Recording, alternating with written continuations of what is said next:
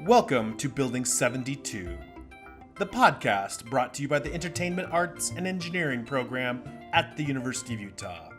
Thank you for joining your hosts, Adam Hunter and Corinne Lewis, to talk about the video game industry and, probably other stuff. Hi, everybody. Welcome back to Building 72. I'm super excited to be here today with my friend Adam, as usual, and I'm Corinne Lewis, and we are here with one of my favorite students who I've known for a long time, Darren Flowers. Darren, will you introduce yourself, please? Hello, everybody. Like Corinne said, I'm Darren Flowers. I am a technical engineer at Raytheon, aka Collins Aerospace. Right now, I'm a technical engineer over there, and I've been there for the past 2 years. But yeah, that's me. And I also graduated from the University of Utah 2019, cohort 7. So yeah. Yep. And a bachelor's degree is also from the U. You have a special bachelor's degree. Yeah, I do. Environmental production art. Yeah, I love that degree. Yeah, I love that the U has that, but you were one of the students who, because there was starting to be a lot of students that wanted to do that degree, that they were like, you need to make a real degree. So, yeah. So it's like, but wait, those are real degrees, but there were a lot of people who were doing them outside of a program or a department. And so that's why, you're part of the trouble. Exactly. They were like, you guys got to stop coming to our office trying to make your own stuff up. And we're like, well, give us what we want. Right. And now we have it, actually, which is kind of why we're here doing this podcast, because we have students that want to know answers. Heck yeah. Pioneers, Right? So how did you decide to make the transition from, you were doing undergrad, you found something you liked enough to make your own degree about it, basically. Mm-hmm. How did you go from that to making the decision to go to grad school and continue that down that path? So I would say it first started with, I was doing like the basics, like doing your general requirements and stuff like that. And I felt like I wanted to know more about the art side, and I wanted to be a really good artist, because that's what I was always really passionate about, is the art side of video games. And I didn't feel like I had enough classes that could really enforce those skills, because I think at the time I probably would have taken half the classes I would have taken if I would have just did the regular track. Yeah. And I remember my roommate, Nick Simmons, he had got his own track, and he was like, yo, man, this is what I'm doing, and these are the classes I get to make. And I was like, wait, you get to have like 2 environment art classes? You get to have like, you get to take that class 2 times and it counts as like 8 credits or whatnot. And I was like, I need to do this too, because I need the practice. I need that, like, that skill to be like polished down. So I remember talking to Ryan, and I remember him giving me advice, and he was kind of like my, I can't remember what they call it, but he was like a teacher's assistant.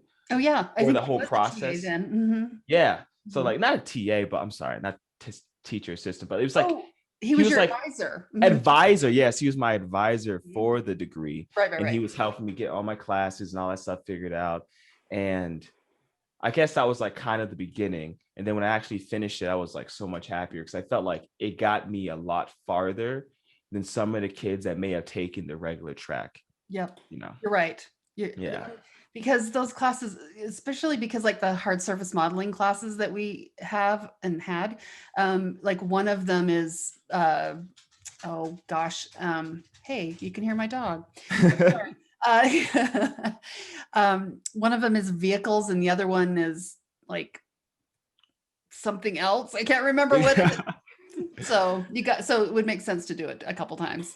Yeah, exactly. And it was fun, and it was cool because once you've been through it like 1 or 2 times, you can almost become like a mini TA in itself, where you go into classes and you're able to give other people advice, like, hey, I like your art, how can I do this, how can I do that? And I think that was also really nice, because I think people get better at art when you also have people that are like-mindedly want to get better at art. Yeah. And you kind of can critique each other and help each other evolve, Yep, for sure. Yeah. Did you TA for us, or did you just go directly to Collins? In grad program. I never TA'd. I just had the internship job, which I think was kind of like the same Like she's like, either you could TA or you can do your intern. And I knew some people were kind of like doing both, whether they're up at like doing like the games for like the hospitals, like the serious games, I think is what it was called. Yep. Yeah. And there was a couple opportunities, but I stuck with the Rockwell. Well, I vaguely remember that Ryan talked you into coming to grad school because we had that project at Collins. And so it was like he knew you'd be really good fit for that. I mean, it sounds like it was true. Like you're still there. Exactly. He got me in a really good position.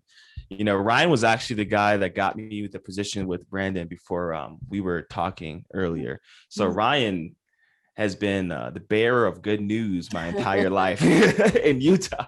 Well, so if anyone's listening, huge fan of yours. So as we all are really. Well, no, I appreciate that. You guys are definitely a huge fan of mine because you guys definitely developed a lot of my skills and creativity. And that's why I'm still in Utah. Yeah. I like it here. Yeah. It's a weird place. It gets under your skin, I think. Utah for the win, man. Well, Utah for the win. I like that attitude, Adam.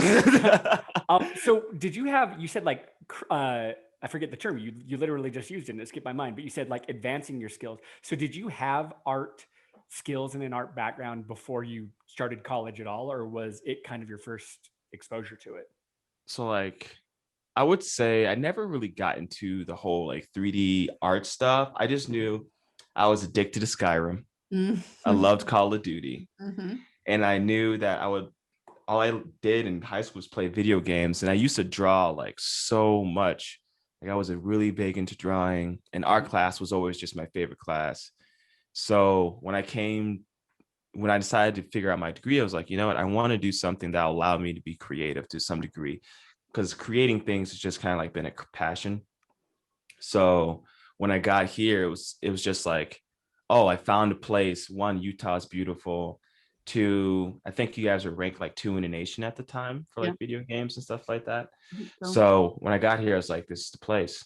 And I realized that's what Brigham Young said when he got here. Oh, there it is. Homeland, baby. Let's go. So I'm not sure if I answered that question completely, but No, you did. Because I'm a person who, I love art but I can't make art in any form. I can't really draw. I can't illustrate. I can't model anything like that. And I found that it's kind of interesting that some students, their very first exposure to definitely 3D art, but even maybe art in general is in like college. They're like, yeah, I haven't been an artist up until this point.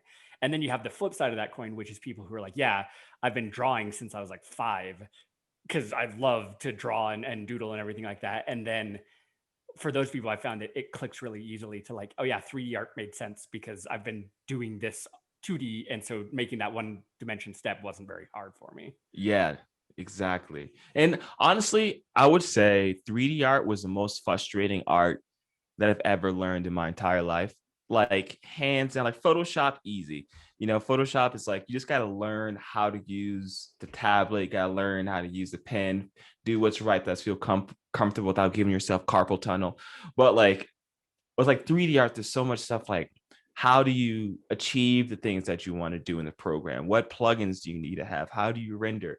How do you set up an IK rig? Do I need to know a little bit of programming to do this? What is correct geometry? How do you UV? Like there's so many small layers to it.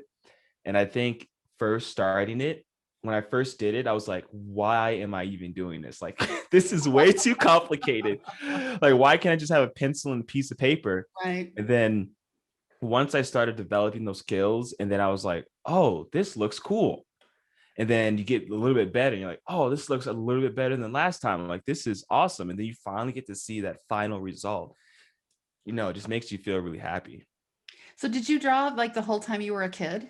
Like, were you just always drawing? I would say I drew most of the time because I was ungrounded, and that was the only thing. I was a bad kid when I was a kid, but I did draw a lot. Like, it's funny, from being grounded all the time, I learned I love to draw, and then that's the passion because I was like, you're acting up in school. You're going to stay in your room. You're like, joke's on you, pal. Joke's on you. I'm developing a passion. I'm sure your parents are probably really happy about that. Oh, absolutely. They tell me they're proud of me every day, and I love it. So it all panned out perfectly. Yeah. Well, and it sounds like they were very involved in your education. So Oh yeah. kept you in line. I definitely wouldn't be able to. Yeah, they paid for a lot of good stuff for me. So especially that first year, being out of state, that was no joke. So but yeah. It was a big decision to come here. I know. Oh yeah. It was, especially by yourself. I feel like a lot of kids, I wouldn't say a lot, but like maybe 50-50. I don't know. They either stay home when they can go home and be with their parents on the weekends, but coming out here and then watching my mom fly away, and I'm like, okay, you're by yourself now, buddy. Time to figure it out. That was a little scary. Well, but I was fine. And Utah's got kind of a funky reputation. Like, I don't think it's deserved, honestly. I mean, you know, it's hard. I think a lot of parents like that reputation because, like, there's no drinking at this school, and there's, it seems like it's going to be a really like sober experience. And we just play video games here a lot. So, oh, sorry. No, I was gonna say, do you have any advice from being like the lone kid coming to Utah, coming to a different school? Because there's a lot of students who are in your shoes. Maybe not right now, because maybe kids are still at home and everything like that. But was there anything that really helped you kind of like get through the process? Or do you have any advice for students who maybe are finding themselves similarly, like either lost or like afraid to make that big step or anything like that?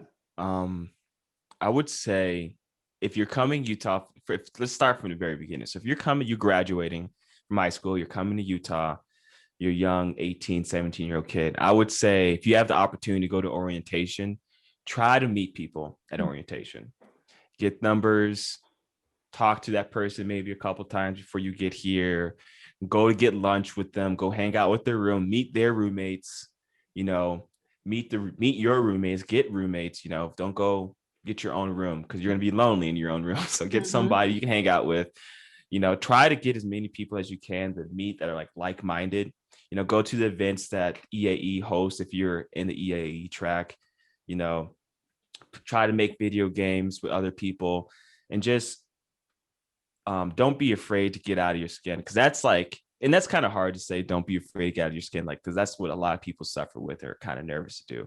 But, take small steps, meet one person a day, just say hi or something like that. And as far as like the art side, I would say, no, if you haven't done it before, it's going to be hard. It's going to be difficult. There's going to be a lot of things you do not know how to do, but there are a lot of capable people in the EAE track. And there are a lot of people that are TAs and are faculty members, as far as teachers and whatnot, that are capable of teaching you.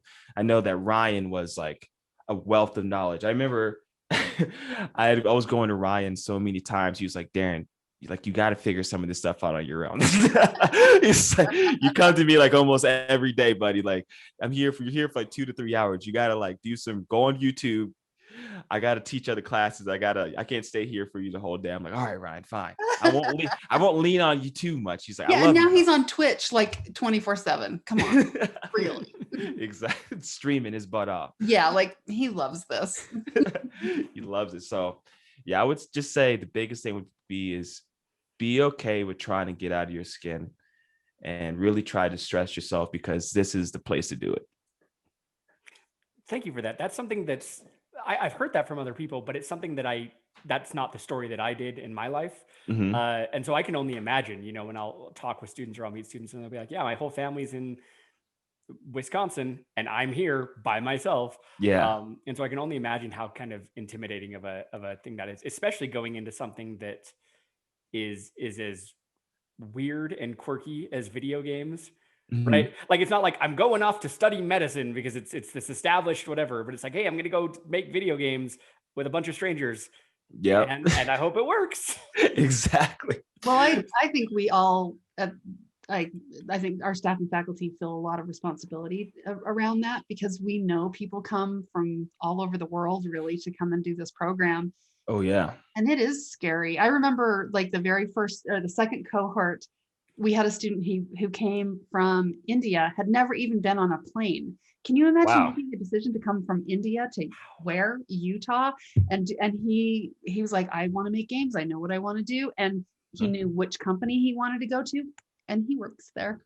That's a passionate man right there. Yes. He And knew exactly what on it. it's one of the most awesome things when we see people who, come in, and it happens on both sides, right? Like you come in and you know what you think you want to do, but then you change your mind, or you come in and you are determined to do a thing, and it's really fun for us to like help you get to do that. So Exactly. I I don't feel know, like I thought you were going to work at Raytheon though. no, I did not think I was going to do that. I thought I was going to work with like God of War, like Right. make the next God of War game, or I don't even know. I kind of like when I first got here, I was like, you know what? I just want to make games. I just want to make art. Right. That's all I really cared about. I was like, if I work with a small studio, big studio, like who cares? It's about doing what I want to do is what I always kind of envision it as. Because I like having that freedom of being able to make my own decisions and my own ideas and trying to make those come to fruition. So I feel like my mind is kind of always changing a lot, and I think that's what kind of happened when I got here, especially with going to like, oh, I'm going to do this track. No, I'm going to do my BUS degree.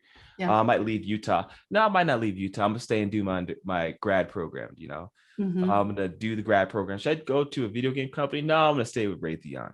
And now I'm working, trying to do my own thing now with what I have in my side hustle. So yeah, it's Nice. a lot of different things going on.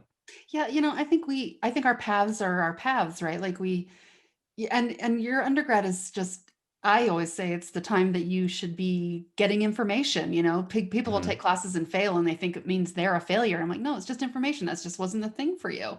Exactly. So, I mean, you do have a hoop you have to eventually get through to graduate, but it doesn't mean anything about you. But if you can learn stuff about yourself, like you learn that you are really good at persevering through stuff that you think you hate, Yeah.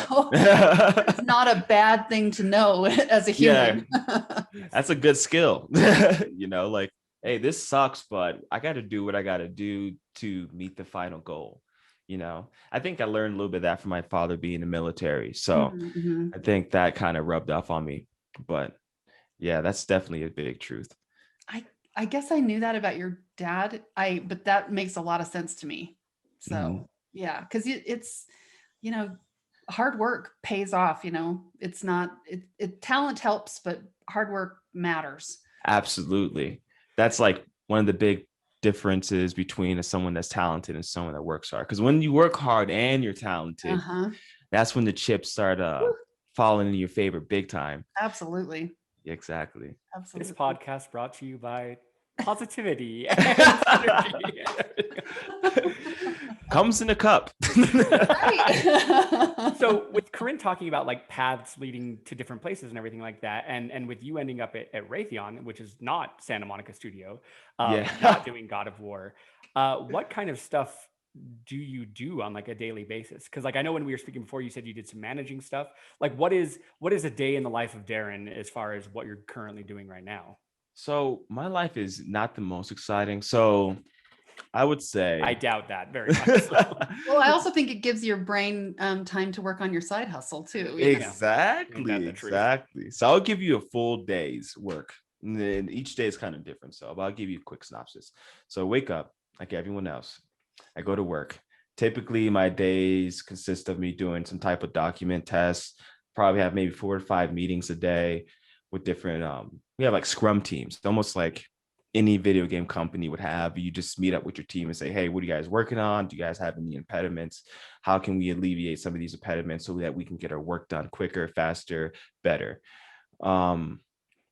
From there, I may do some testing on our systems and make sure like, hey, we're shipping out this stuff for a Korea or for the United Kingdom or for Afghanistan, and we need to make sure that the systems are appropriate so that we can sell these products. I may do the testing for that. Then, some days they might say, hey, Darren, we need you to fly out to St. Louis to do some tuning on our system. So they might fly me out, and I might do like texturing work. So they'll bring up their environment.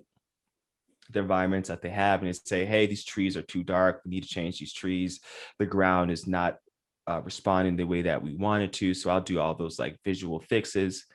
And then we should probably say to everybody, if you don't know what Raytheon does, it's the part that you're in, because Raytheon is a gigantic simulation company, right?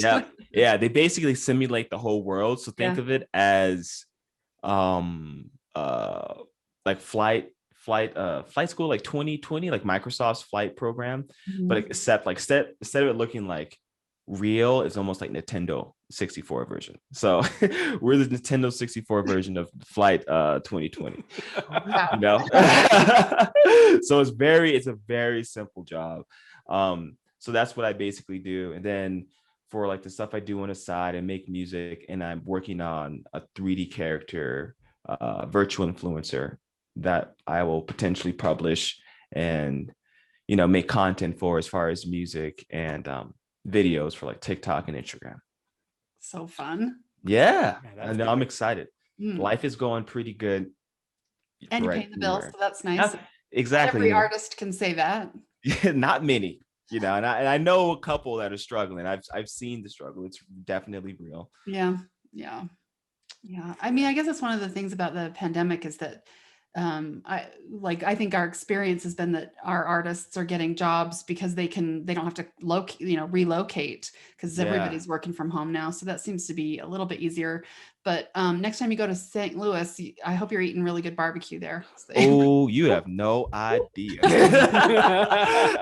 When I go to St. Louis, I make it a field trip because, you know, they give you the corporate card and this, man, I'm getting lobster.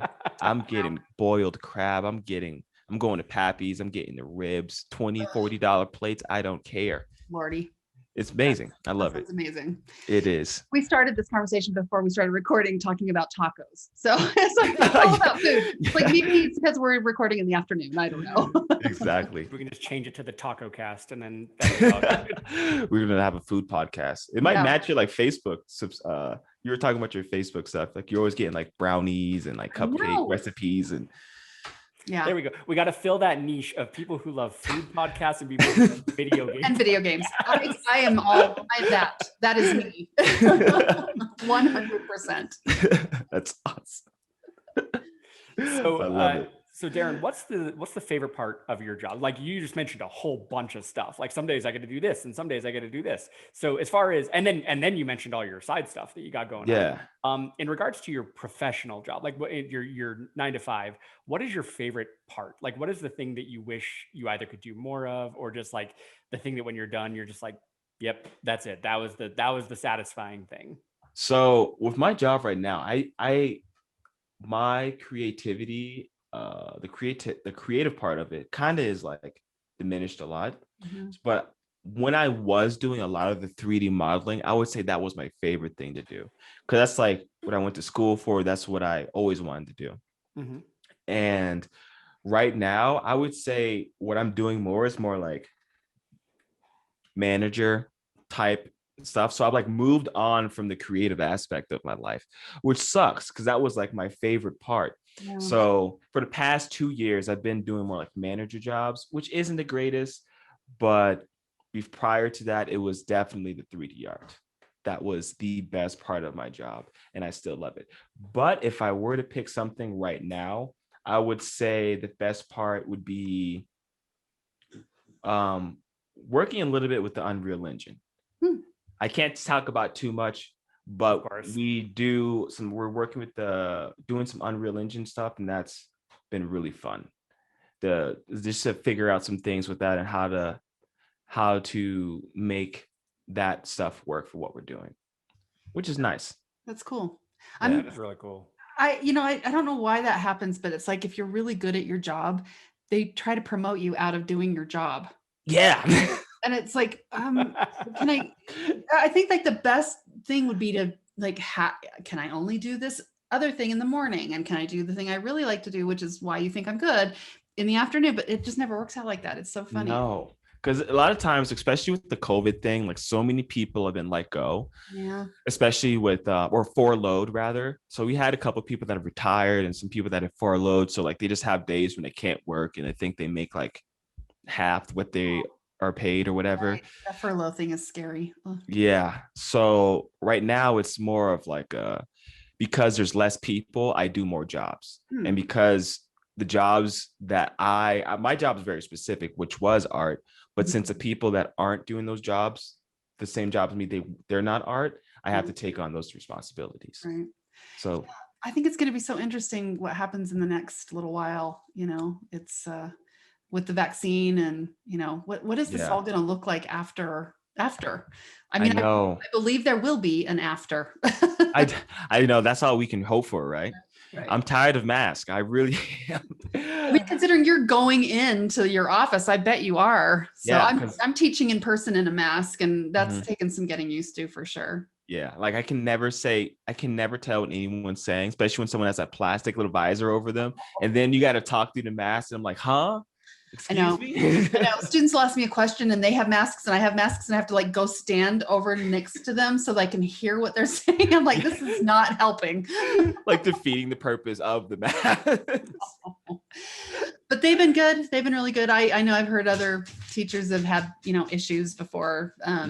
Not really at the U, but so we're getting through it. It'll be okay. That's good news. Yeah.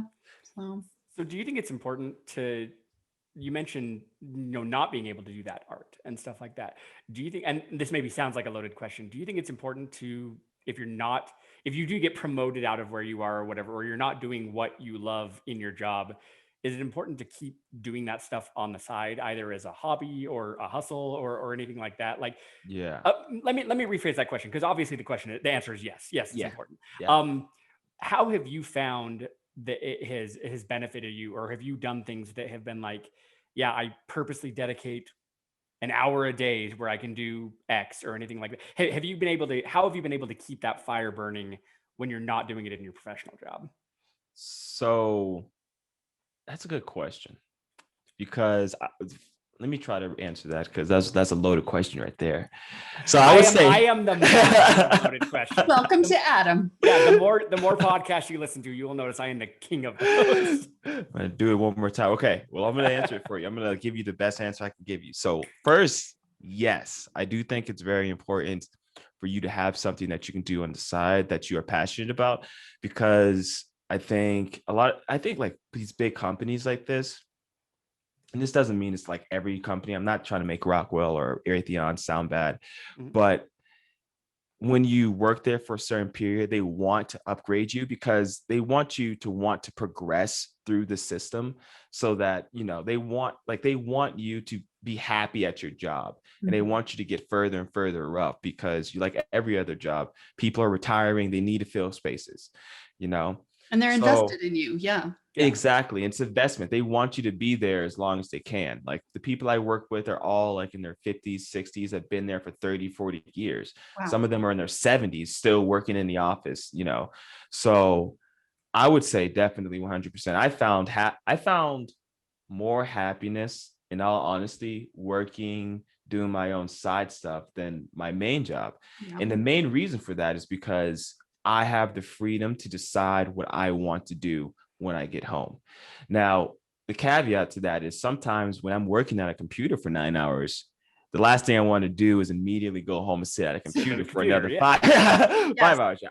Yes, you're talking to two writers who write a lot during the day and come home and want to write. And it's like, it's like, I like writing, but do I want to sit here on my butt? Like maybe I want to go on a walk. I want to talk to my friends. I want to go out and about and like mingle with people, not go crazy in my room. So yeah, I get home sometimes, and sometimes it's like I don't want to, but the other days, like a Saturday or Friday comes, it's like, what, I feel like I'm inspired, I want to do this.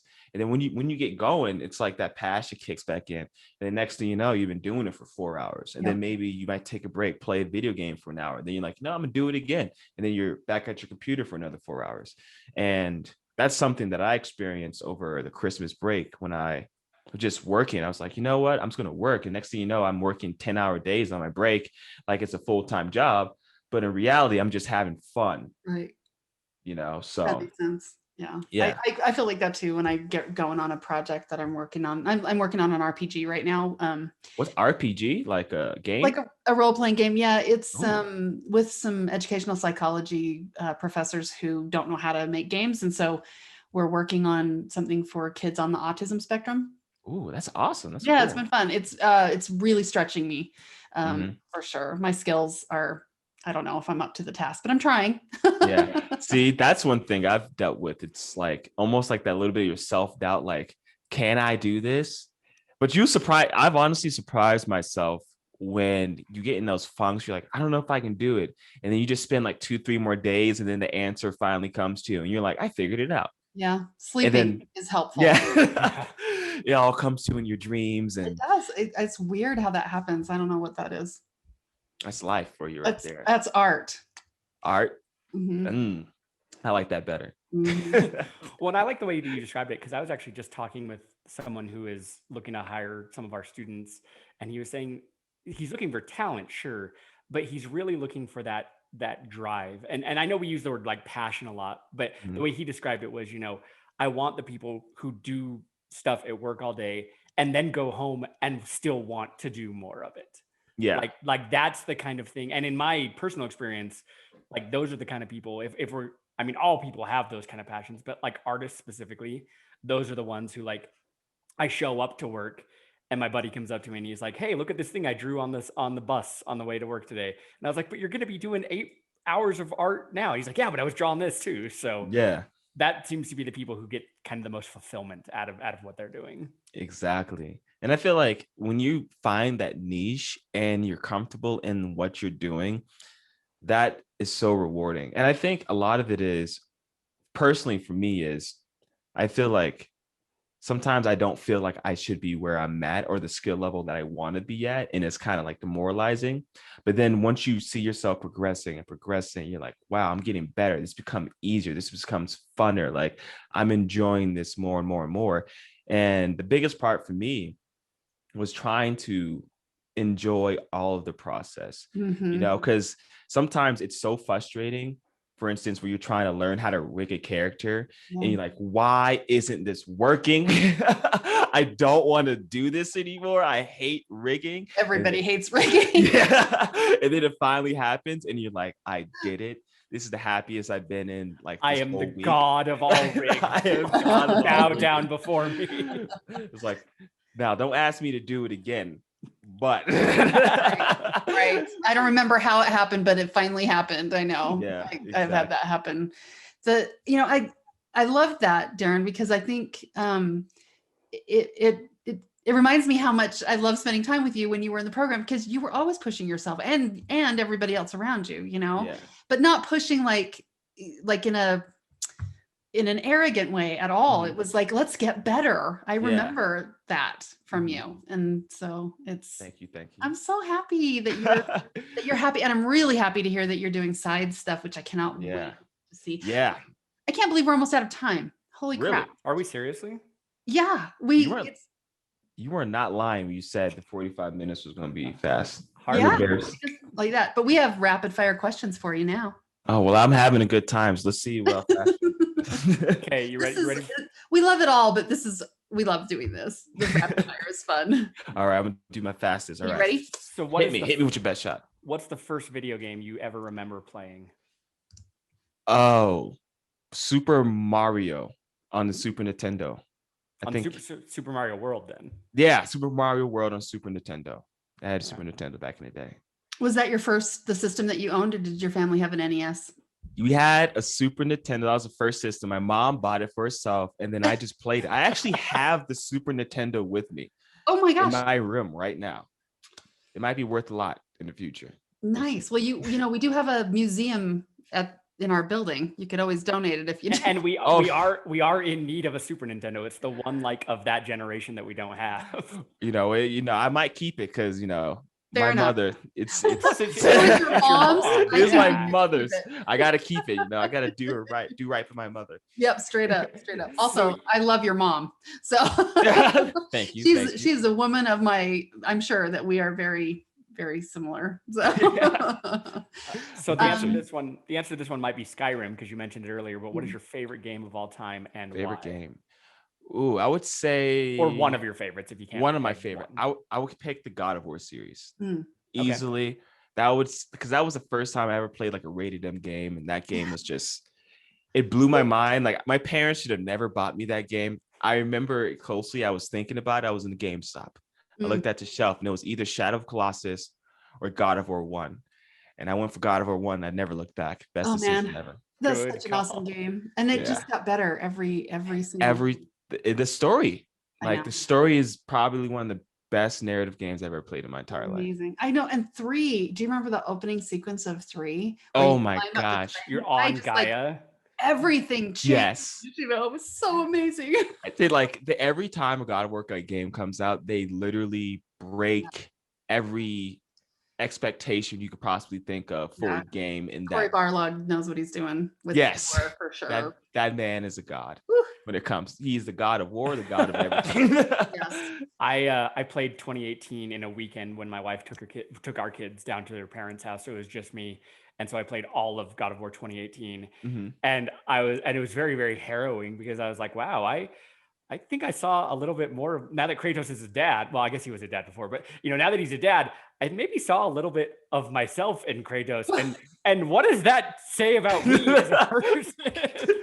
Boy. Calling dad is really good. I do that to my son though. He's 7 years old, and I always go, boy, come here. Fetch me my axe. That's awesome. That's awesome. So what?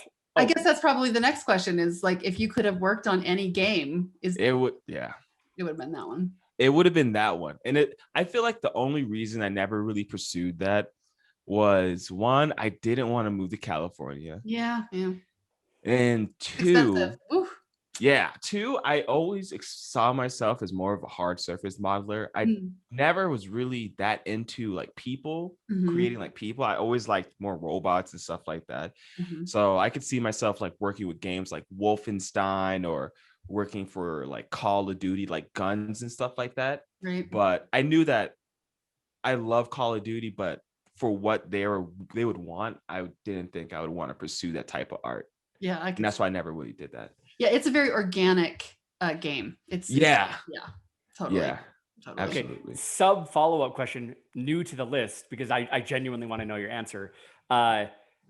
Let's say you have a magic wand and you can give yourself any skill set or desire that you want, and then you can go back and work on God of War. Would you want to, like, I wish I had the passion to do more organic stuff, or like, I actually wish I could have designed the combat in that game? Or is there anything that you would have loved to have worked on if the sky was the limit?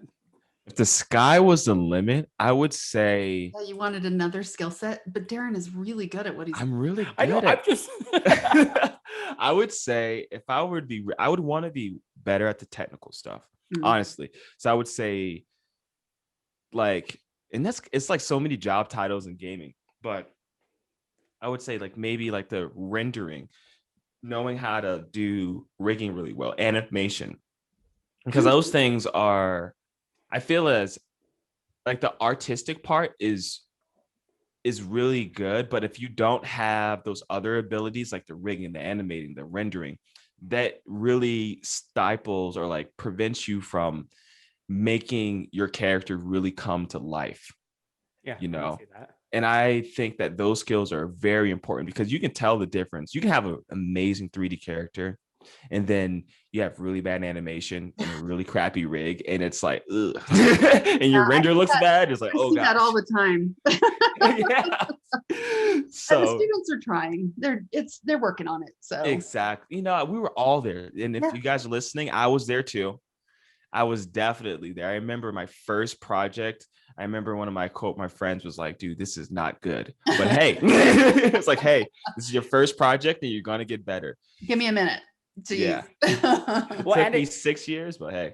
Well, and it's kind of funny looking back now, because like one of the very first things you talked about today was like the feedback process and the iteration and the receiving input and things like that.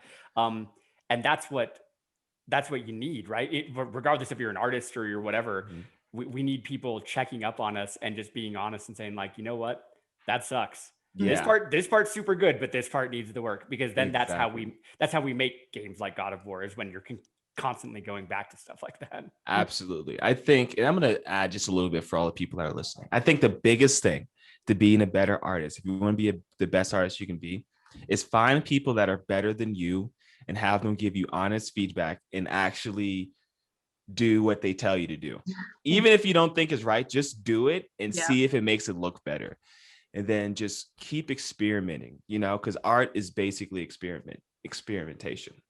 And practice. And practice. And the more you practice, the better you'll be. Absolutely. And that goes for writers too, by the way.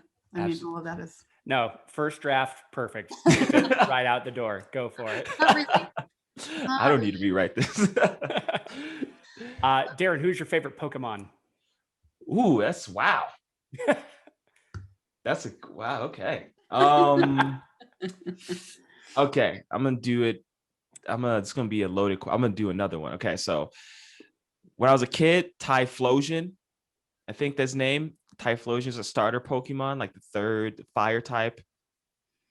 I think had like the firing mohawk. The fiery, yeah. He was my favorite for the longest time. I would say shiny Charizard is also a complete BA mofo. Okay.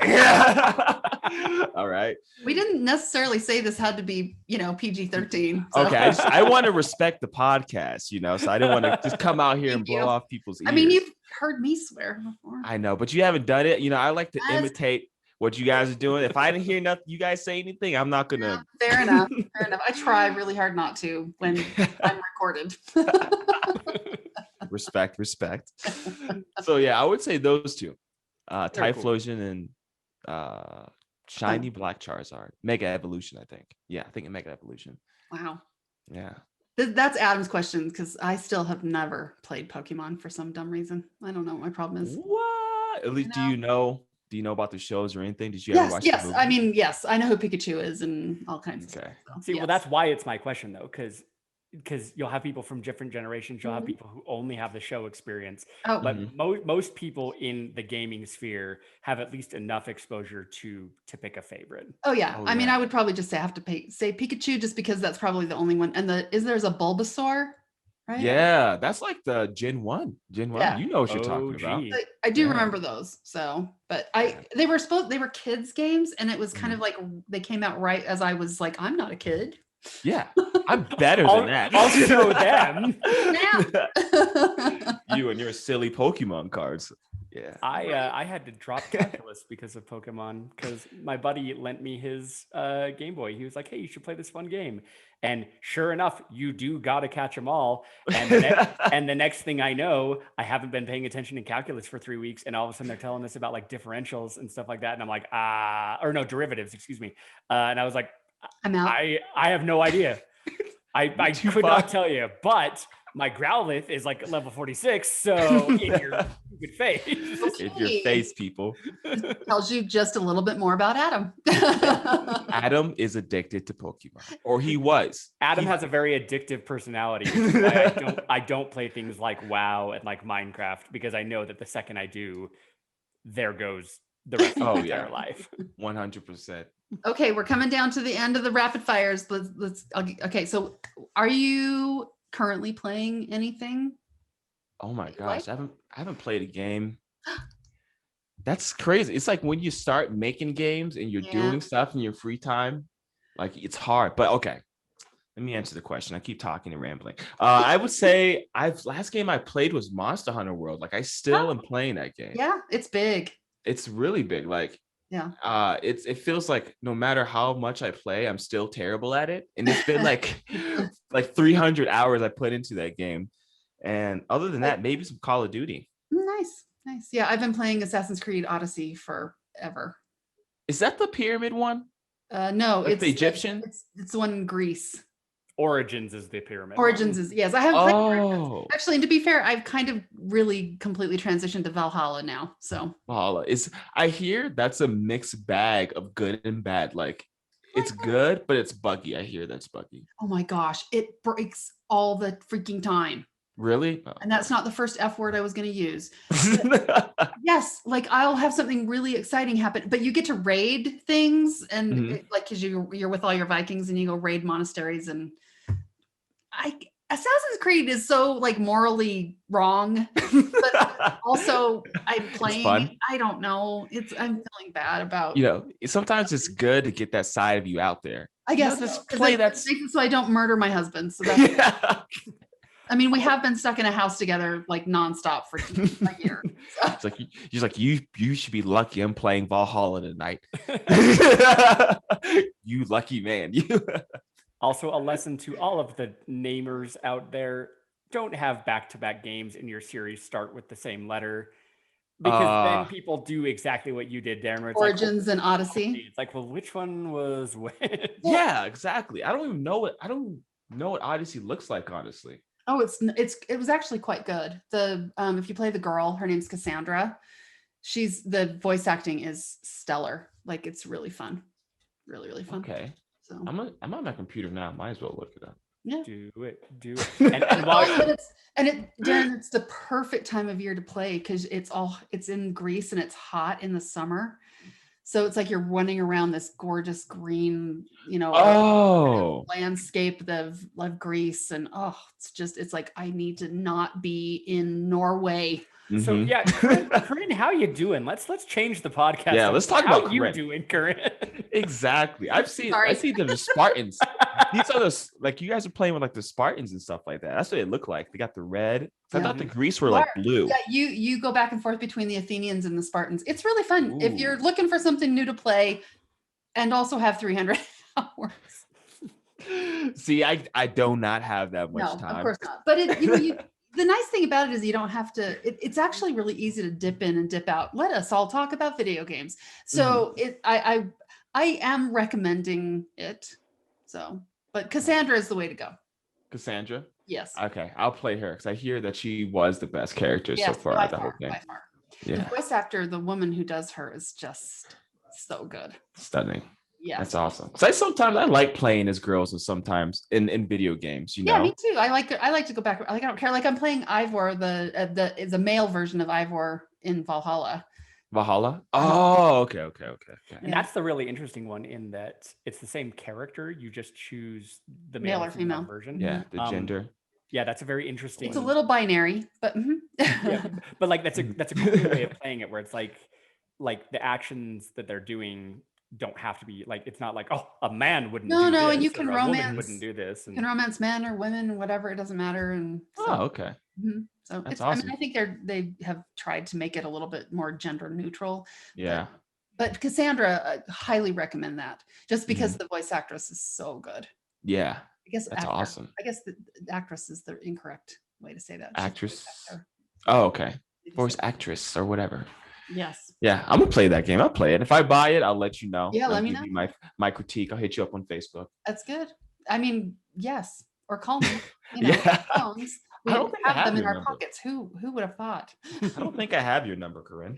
Oh my gosh, Darren. Let's just give it out on the podcast. Yeah. Right now. My number is 555-5555. Well, I used to give it out to everybody that when we all would go to GDC in case someone in jail. So I think I do have your number if that's the case.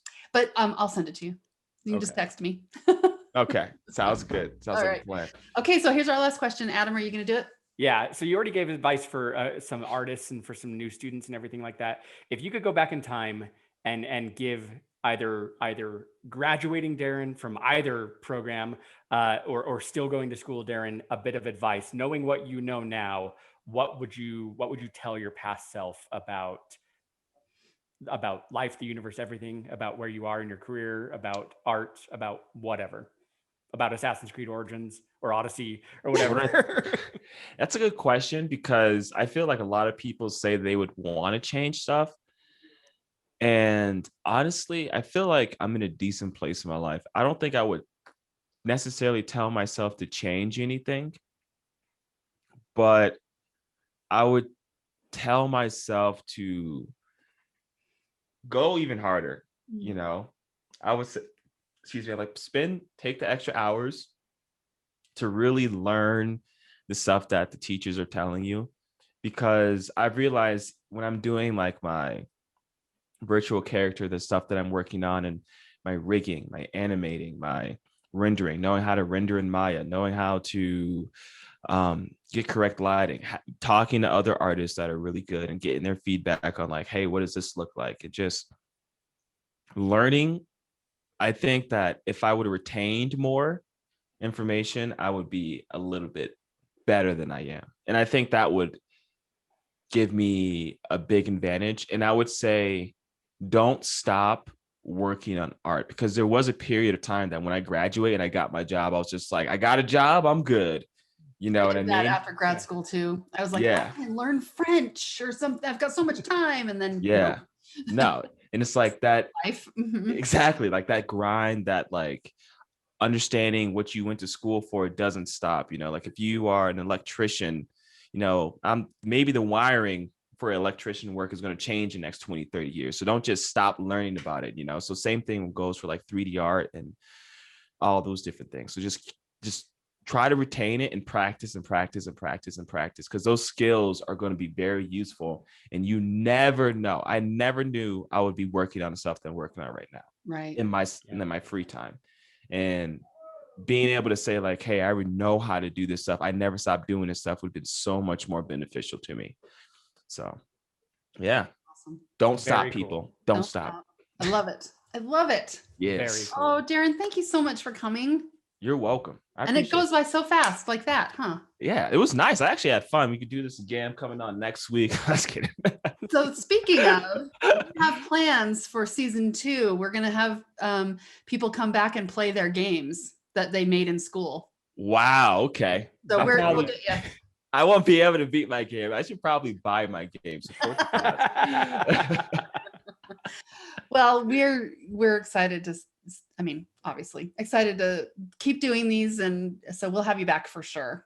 Okay. I'm all about it. Thank you. It was fun. And I appreciate you guys reaching out to me and asking me to join. And we had a great conversation. It was definitely very fun hanging out with you guys. This is hard for me because it makes me realize how much I miss everybody. Yeah, Corinne has to, and I'm not joking, like Corinne has to like fight tears half the time when we end the podcast, because she's just like, oh. It's like at graduation, I can't even go anymore because I just cry.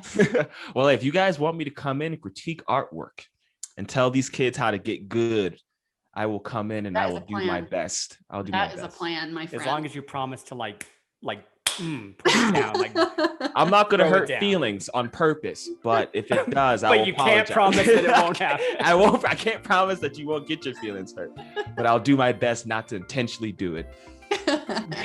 Well, thanks again, Darren. I appreciate you so much. Yeah, thanks, no Darren. problem. See everybody. Bye, everybody.